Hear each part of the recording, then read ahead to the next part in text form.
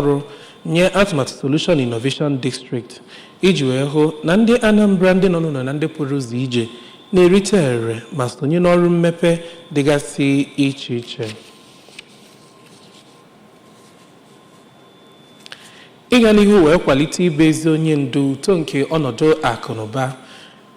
Anambra State Council nke otu Union ndị nta akụkọ n'ime Nigeria chịkọbaziri ọgbakọ banyere nke a n'Awka isi obodo Anambra State. Emume a were ọnọdụ na Godwin Ezemo International Press Center. Ọ dọpụtara ndị ọrụ gọọmenti, ndị ọrụ oyibo yana ndị ọzọ dịgasị iche iche ndị enyere onyinye nkwanye ùgwù bụkwazi ndị bụ nna egwu nakwazi ndị eji wee mara ndị a maara ama n'otu ahụ. Ka anyị sonyere Joseph Ebọcha maka akụkọ ahụ n'uju.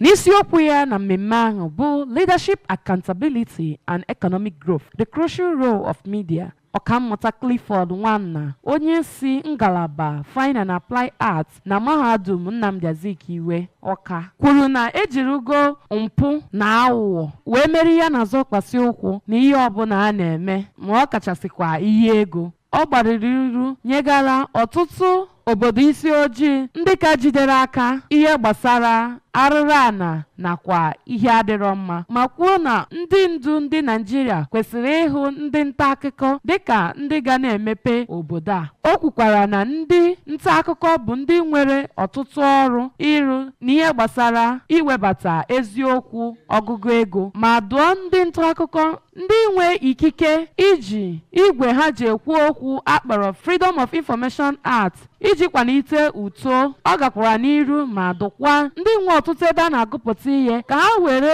ego nke ha nwe wee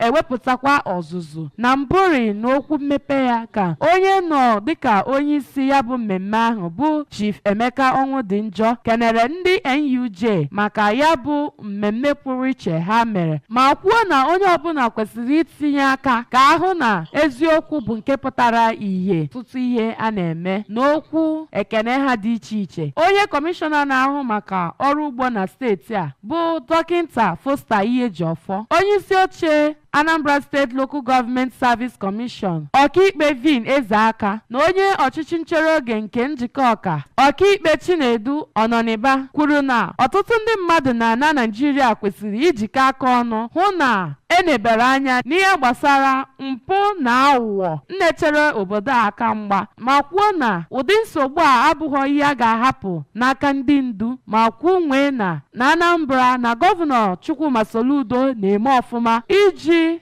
ego nke wepụtara wee na-arụ ezigbo ihe. Ndị enyere onyinye nkwanye ùgwù na mmemme ahụ gụnyere Chief Tabansi, Chief Mrs. Obikwelu tokwere ndị NUJ iduchu ha n'ọrụ n'ihu na obodo a bụ nke ga na-eme ezigbo ihe, ma kwee nkwa na ọ ga na-akwado ha n'ihe ọbụla ha na-eme isi metụta ndụ ndị mmadụ nke ọma. Onye isi ndị nta akụkọ na steeti a bụ Dọkịnta Odogwu Emeka Odogwu nakwa onye isi ya bụ mmemme ahụ ha chịkọbara bụ Ụkpa Ewa bụ onye kenere mmadụ ọbụla mbịara ya bụ mmemme, ma kwe nkwa na ndị nta akụkọ na steeti a bụ ndị ga-amagide n'ihe ọbụla ha kwu iji wetara ndị mmadụ ozi ga-enye aka ịkwado obodo a bụ Naịjirịa.